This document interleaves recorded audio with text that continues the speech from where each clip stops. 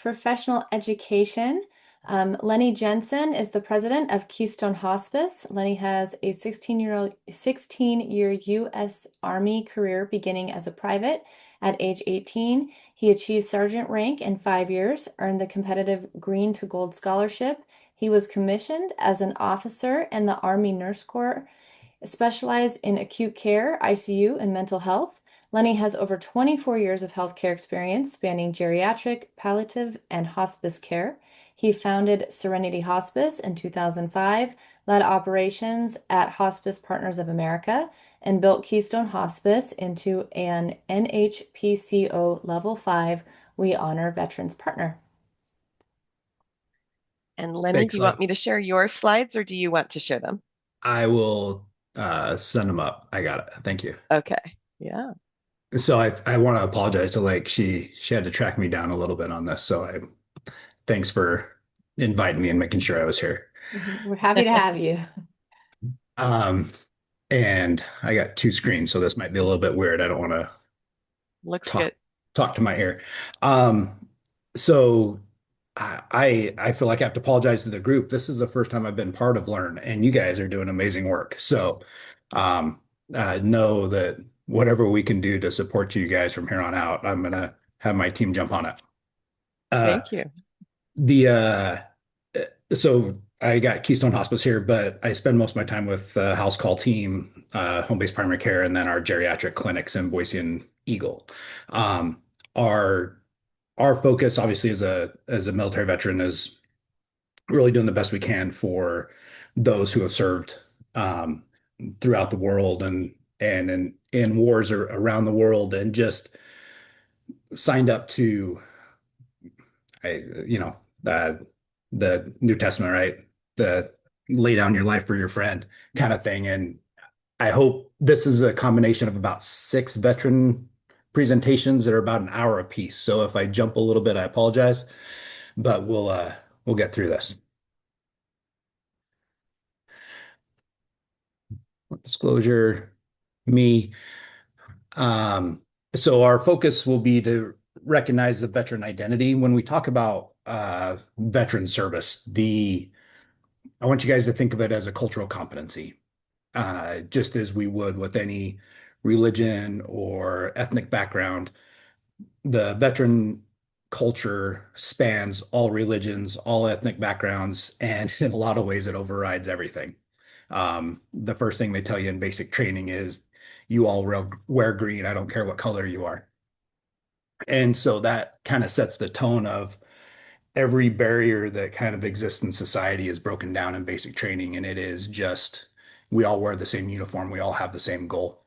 And that carries out for all of us, I would say, throughout the rest of our lives on how we approach uh, great times and hard times. And when we look at uh, towards the silver years of life, some of those hard times, veterans will fall back on what they were taught back in basic training or in war as coping strategies and coping skills to be able to navigate what's in front of them. So we'll talk about the veteran identity, cultural competence, and then there's lots of ways to adapt your care, whether it's in a social setting like at the Warhawk, or if it's in a secured memory care setting, skilled nursing building, or one-to-one with accountants, lawyers, whatever it is. There's ways to adapt things to help people feel comfortable in their own skin, especially if you know that they're having some struggles with things.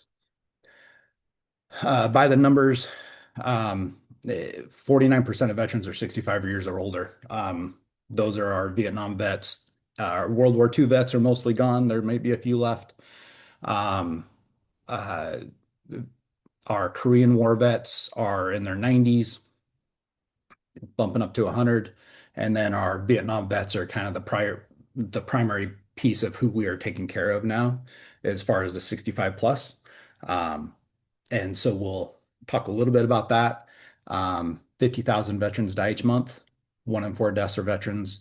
Um, and then the 1.7 million veterans by 2034. All right. So when we talk about, I put end of life here, but really this is I think this is appropriate for all of us. Service will define our identity in one way or the other. I've met plenty of people that uh, Vietnam vets especially that may not have been proud of what they did or what they were asked to do. Um, or they fought and died, they fought and were injured for their brothers and sisters, but when they came home, they didn't, they weren't celebrated the way they're celebrated today. My dad was one that came back from Vietnam in San Francisco, and he was getting off the plane and was getting spit on, called a baby killer. And so the homecomings can be dramatically different in Vietnam compared to today. And that can really affect the way people interact with others, especially the healthcare world. When we look at, um, we'll talk about some positive experiences and shadow boxes here in a minute. When we talk about therapeutic value, there is a tremendous benefit to being culturally competent enough in veteran care to be able to ask the right questions. And we'll talk a little bit more about the right questions later. But setting the stage and understanding what that person went through, what that person may have experienced, and how to navigate triggers if they're there, um, or even just say thank you. If you guys see a Vietnam veteran, one of the things that can really help a Vietnam veteran identify that kind of you're in the in crowd is just saying welcome home. Um, that can go a long ways for them. Um, Respect about their culture and uh, can open doors in ways that you probably didn't think possible. And then those hidden stories. I saw that uh, Karen's with Ancora. They probably see the same thing. A lot of veterans, they won't tell their family stories about war, but they'll tell a hospice nurse. They'll tell the hospice team what happened. They'll uh, express things that the family had never heard before in their entire life. I had a World War II vet early on in my career. I met him after he was diagnosed with cancer, spent probably 4 months in the VA trying to treat it, and it just wasn't going well. Um, he was discharged to us, and after spending 4 months in the hospital, hadn't gotten a good shower, just nothing, not a good shave, anything like that. And so we got him home, got him cleaned up, and he had his bathrobe on and putting on his pants or something. He looked up at the mirror and he said, "Oh my God, I look like one of them." His family never knew that he was one of the first soldiers into the Nazi camps, and he saw the the mass burial graves. He saw the people that were surviving as skeletons, and that's how he equated how he looked now. But his family never knew that. He hid that from them because he didn't want them to feel that pain that he felt. So those are things that will come up if you know the right questions to ask, or if you're just present to be able to receive that information from them. Understanding military culture. This is a full hour of a training, so we'll talk through it a little bit. And if anybody has thoughts, comments, please come off mute, jump in. This life is much better as a back and forth communication. When we look at structure and rank, generally all military has two structures: an enlisted structure and an officer structure. You guys have probably seen it. NCOs is a non-commissioned officer that's still enlisted. Enlisted generally goes from E1 to E9. E1 through E4, they're your worker bees. E5 is where you're called a sergeant in most the Air Force, Army, Marines. And as a sergeant, you start to become in charge of people. You run squads, you run teams. As a staff sergeant, you run platoons. And a sergeant first class, you run platoons. And then you get into master sergeant running um, hundreds of people. As a command sergeant major, you're in charge of thousands and thousands of people. So I just admitted to my house call panel, palliative care panel, command sergeant major. He happened to be in charge of the hospital that I first went to in Washington 10 years before I got there. So it's kind of fun stories there. As an officer, these are the guys you see on TVs, your four-star generals at the top, lieutenants at the bottom, um, and then lieutenants, first and second lieutenant run 30 people, captains run hundreds of people, majors and lieutenant colonels will run thousands of people, full bird colonels will run brigades that is 20,000 people. So just a lot of when you meet a colonel versus a lieutenant, I was a captain when I got out.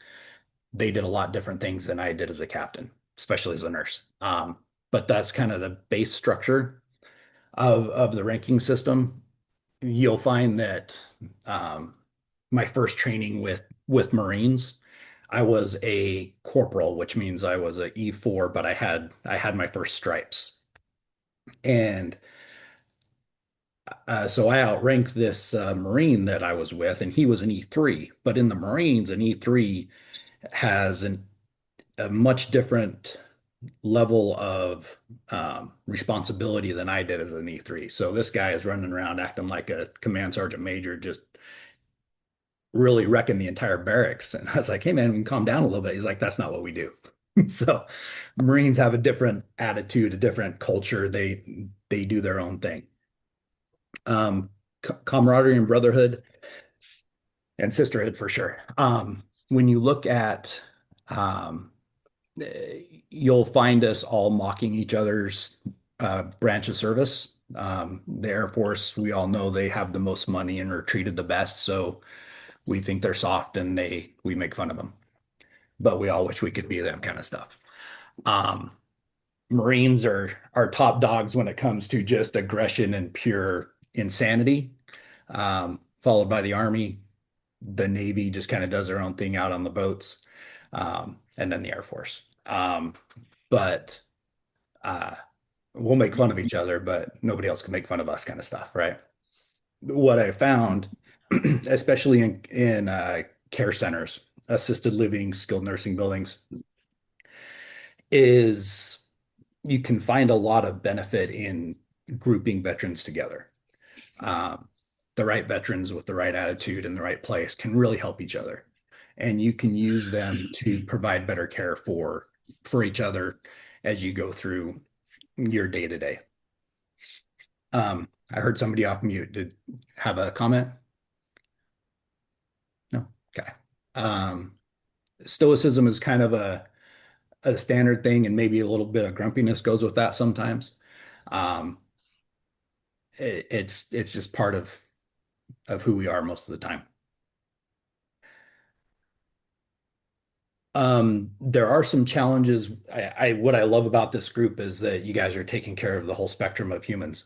Um, so you might see, I heard there was some transitional housing maybe that some people are involved here. You might see increased risk of substance abuse, increased risk of mental health issues with soldiers coming off active duty or coming back from war, and they might need your services. Um, Question is, what do you do with them, and how do you navigate a combat veteran with post-traumatic stress when you haven't been shot at? How do you have that conversation? And it really is taking the time to find them the right resources. Um, I find even sometimes the VA struggles with this. Finding the right counselor to talk to the right veteran can be hard sometimes. A lot of veterans get frustrated just because they don't feel like anybody's listening. Um, and that can lead to self-destructive behaviors, risky behaviors, things like that. If they lose their family support structure, it's hard for them to kind of navigate back into real life. Um, when we look at what we can do, finding those resources, helping them belong as a team. So we started 10 years ago with a veteran service coordinator. We had one. We now have three. Combat veterans that kind of lost their sense of team and mission I'll say they didn't loot. I can't say they lost it, but they found a better team and mission with us. And so now we have three veteran coordinators that cover primary jobs with the hospice team, but then they cover the house call team and the clinic in helping people navigate the VA bureaucracy and getting the resources they need with our patients. Um, but ultimately, what they do, they go hang out. They'll have the HR team didn't like this plan for me, but we'll have beers. They'll have beers with their veterans and just kind of get to know them in a way that provides that close-knit community. Um, the the veteran honorings I've seen, uh, there's lots of people that are doing these, especially the funeral homes. They'll bring flags with them. Um, our veterans obviously do it. I've seen other hospice teams do it. Well, you'll give that final salute of the veteran after they pass. That means a lot to the family. Um, just honoring the service that they did. And honestly, when you're a spouse of a military person, you're also in the military because you don't have control over your life either. So you're all in it together. Uh, when we um, admit somebody, we talk about how do we make sure somebody's taken care of. So the 4 Ds of an intake are destination, diagnosis, and discharge. That's the threes that are always there. Where are they going? What do we need to do? What do we need to have ready for them? The other question is did you serve? And that's that fourth D that helps us capture any veteran service up front so that we can make sure our veteran coordinators are there at the admission. And that provides that immediate camaraderie with the team that sometimes isn't there with a nurse or social worker or a chaplain that doesn't quite know the right answers to right questions to ask. It leapfrogs that uh, therapeutic trust that sometimes people need to build up as we go through our course with a patient. Some questions that we can all ask though is, you know, just what did you do in the military? Where did you serve? What branch were you in? Know the difference between Army and Marines. And if you know which branch they're in, maybe the Army, you might say, well, what division were you in? And some of you might say the 101st Airborne that you guys all know from Easy Company and HBO, um, or 82nd Airborne, things like that. But get a sense of who they are through that and what they do, and maybe less so how has it affected you from just a superficial standpoint, but like how'd that go for you? Did you like it? Was it something that meant something to you, or is it something that you got through the 4 years and you were done? However they expressed that service. Um, so when we go deeper into the questions, we talked a little bit about rank. Um, again, the difference of rank can matter.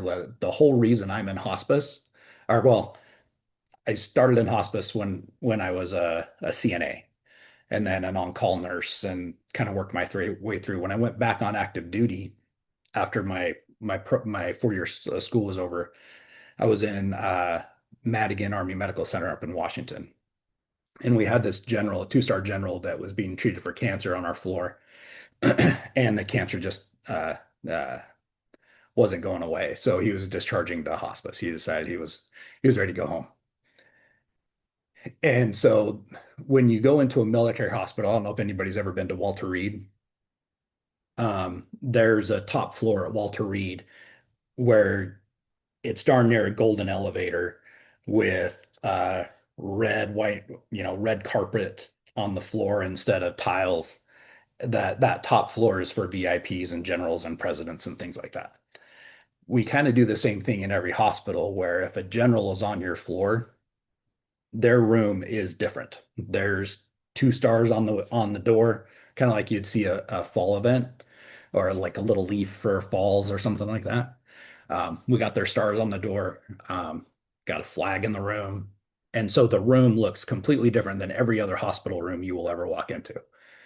And so I give the nurse the report. This is what's going on. This is a cancer. This is what we've been doing for pain. He's ready to go home. Family's good to go. And I walk in, General Smith, this is your nurse. She's going to take you home. And the first words out of her mouth were, "Hey, sweetie, we're going to get you home, okay?"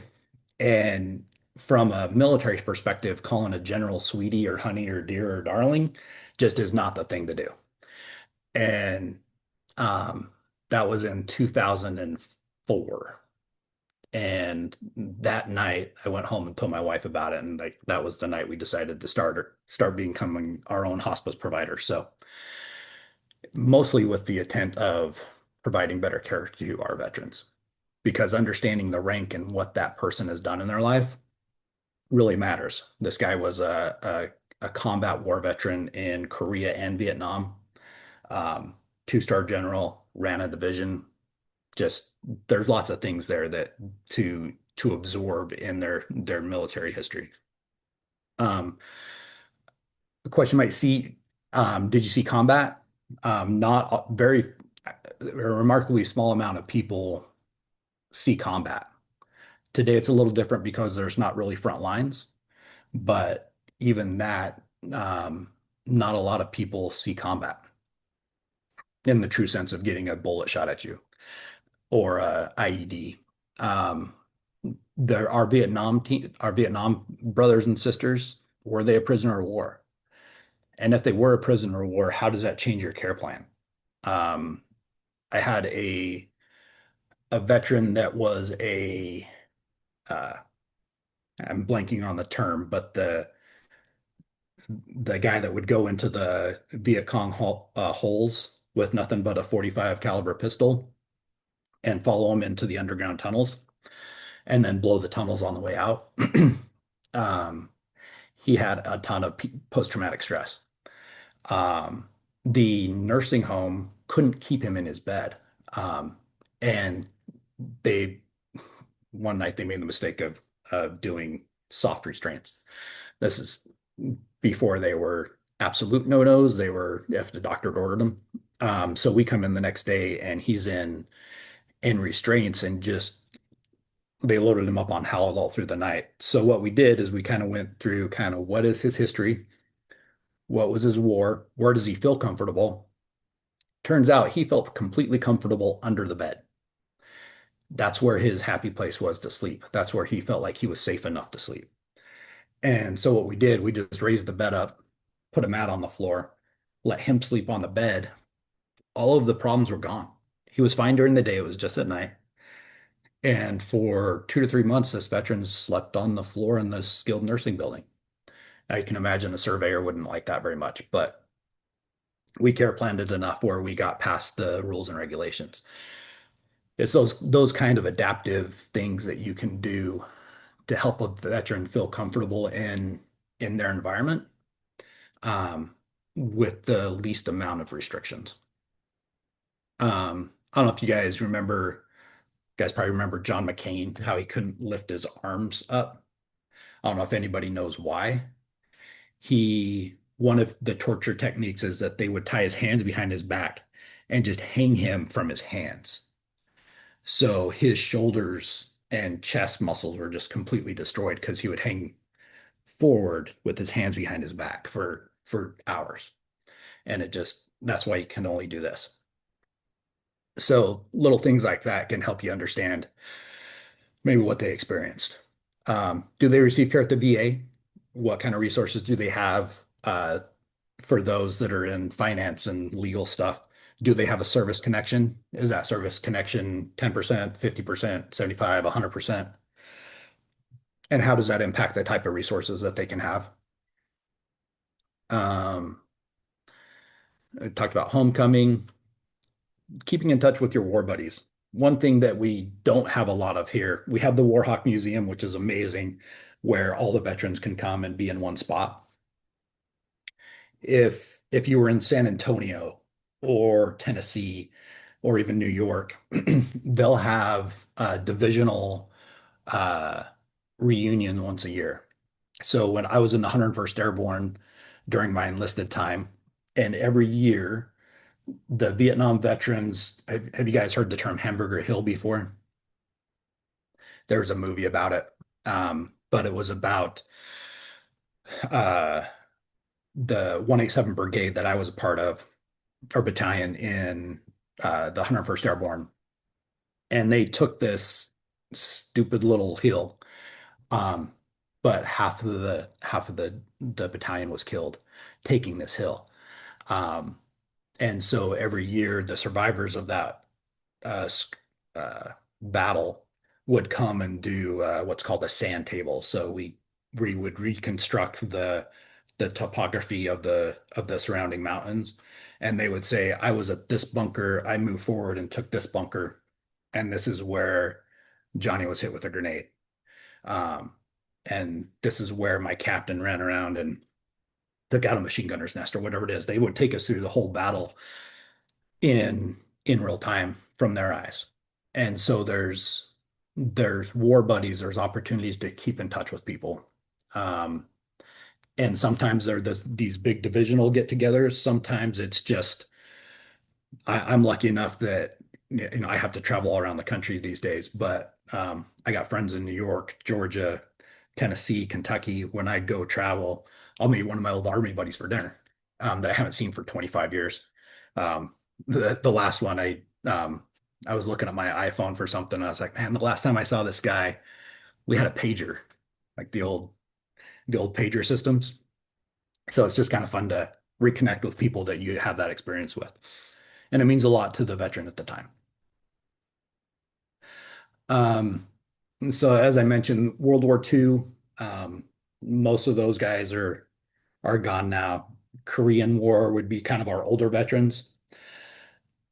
It's it's still called the Forgotten War just because it was smashed between World War II and Vietnam. Some people forget that it happened other than watching MASH on TV, right? Um, but there were some very significant battles. There was a lot of extreme cold injuries. My first duty station was in Korea up on the DMZ, the 38th parallel. Um, and it got really cold in Korea. I'm from the mountains of Utah. I thought I knew what cold was. That's a different cold. Um, but the Korean people are beautiful and the country's gorgeous. A lot of what we're going to see now is our Vietnam veterans coming on. Post-traumatic stress, um, the homecoming piece, being able to say welcome home to a Vietnam veteran means a lot. Um, Agent Orange um, can be huge from a couple things. So, like for me, writing death certificates on a veteran that is affected by Agent Orange, what I put on that death certificate matters to the family and the survivor benefits. If I put the wrong diagnosis on, it could disqualify them from their benefits. So we have to be really cautious on how we approach something as routine as a death certificate with veterans. We want to make sure we have the appropriate wording so that the it matches what the VA has as far as what their cause of death was. And Agent Orange being uh, a primary concern there. Um, the important thing about understanding from a clinical standpoint, nurses, doctors, nurse practitioners, whatever, understanding the type of war experience they had is what kind of injury did they have. So I had a Navy rescue diver as one of my patients, and a plane was hit over Vietnam. It made it almost back to the carrier, but it crashed just short of the carrier. So he jumped out and went to rescue the pilots. What he didn't realize is that plane was still full of Agent Orange. So this rescue diver is swimming through Agent Orange all around him. He's like, I'm pretty sure I was tingling as soon as I got out of the water. But he was, at the time I met him, he was 74 and he had severe neuropathy. Couldn't walk, couldn't move, and no normal agent was helping his pain. Oxycodone, morphine, nothing.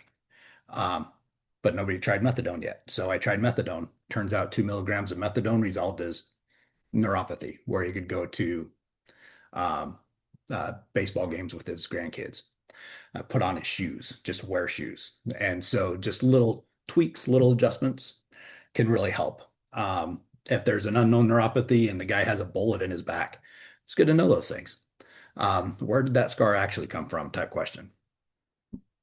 Um, the other thing that changed from Korea to Vietnam and then Vietnam forward to the global war on terrorism and today, the reason why the psychological impact is different on veterans today than it was in, say, World War II. World War II in Korea, when you were called to war, you were there until the war was done. You fought alongside the same people until that war was over. Um, Vietnam changed that. Vietnam was one or two people would go over, fill in a replacement of a company. Nobody in that company knew you or cared to know you because usually it was the new guy that got killed. And so you had to survive those first few months before you became part of the team. And then when you came home on a different rotation. You weren't together. The reason why World War II was a little bit better is they had months on boats coming back from the Pacific or back from the European theaters. They had months on boats together. They had months to decompress and say, hey, you have these bad dreams too? Yeah, man, it's terrible. They're experiencing that all together and talking through it in just kind of this natural therapeutic way. We don't have that anymore. Um, the active duty is trying hard to help people with post-traumatic stress. But then again, if you say you got post-traumatic stress, you don't go home as fast sometimes. So there's different ways that a 24-year-old is going to say, hey, nope, I'm good. I want to go see my family. Leave me alone. The difference of deployment rotation really mattered. So you guys might see a global war on terrorism veteran that's been deployed 7 times over the course of 14 years, um, out a year, back a year. You might get Air Force veterans that are on a 3 month rotation. I have a friend right now he's active duty National Guard. He rotates every 3 months. So he's out for 3 months, back for 3 months, out for 3 months, back. Um, this rotation can be challenging on the psyche, and sometimes it's not always well understood by the people that are caring for them. A lot of us go and see patients in their home and provide that care in the home, or those consults or whatever it is. There's little cues throughout the home that may indicate that they're a veteran, even if they don't say it out loud. Shadow boxes is one. Everybody's seen the shadow box before of the military history. So there'll be a flag, rank, some medals. There's ribbon patches that we kind of put here. You can see people with stacks up to their shoulders. Um, each one of those ribbons means something. Um, a purple heart, uh, obviously purple. Um, that purple heart has a story behind it. If you see a silver star or a gold or a bronze star, you'll see there's a story behind each one of those ribbons. It's probably pretty cool. Um, Especially a silver star with a V device for valor. Um, that's just below a Congressional Medal of Honor. Um, so those types of stories might be really awesome or might be the most traumatic thing that ever happened to them, and they're not talking about it. Go either way. But it allows you to understand what's going on. When you see all the veterans' hats, there's a lot of information on a veteran hat. Um, for the Navy guys, it's going to tell you what boat they were on. And if you know what that boat is, you know where they served. Um, for the Vietnam guys, they'll generally have a little pin with the divisions that they were in. They might have a purple heart on their hat, like a little a pin of the ribbon. Um, they kind of tell their story on their hat, especially the Vietnam guys. So if you understand what's there, you can get to know them a lot faster and open a conversation and begin that therapeutic relationship a lot quicker, understanding what those patches and insignias mean. Dreams is a mnemonic for post-traumatic stress, detachment, re-experiencing emotional effects, avoidance, more than a month in direct duration, sympathetic hyperactivity. That's kind of where cognitive behavioral therapy and medication management come into play to try to resolve. You might see a veteran, or you guys might be friends with a veteran that will never sit in a restaurant without their back to the wall. That's they're they need to see the door, they need to see entries and exits and things like that. It's just a part of their nature now. Um, we're a little short on time. Um, just some big things: allow veterans to control their environment, reverse, reduce, know the triggers, reduce them where you can, and obviously, as all interactions with our patients and clients, take that holistic approach of not just worrying about the disease or the one thing that you're there to do, but look at the whole person. Um, Special considerations, these will all be available to you guys as training, so you're welcome to them. Um, Pearls from the field. The When I say the difference between a Marine and airman, there's a difference.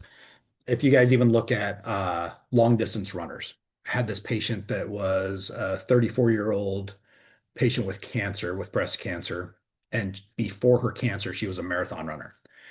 She lived for 42 days with no food, no water, and didn't get out of bed because her body was just used to that stressful environment.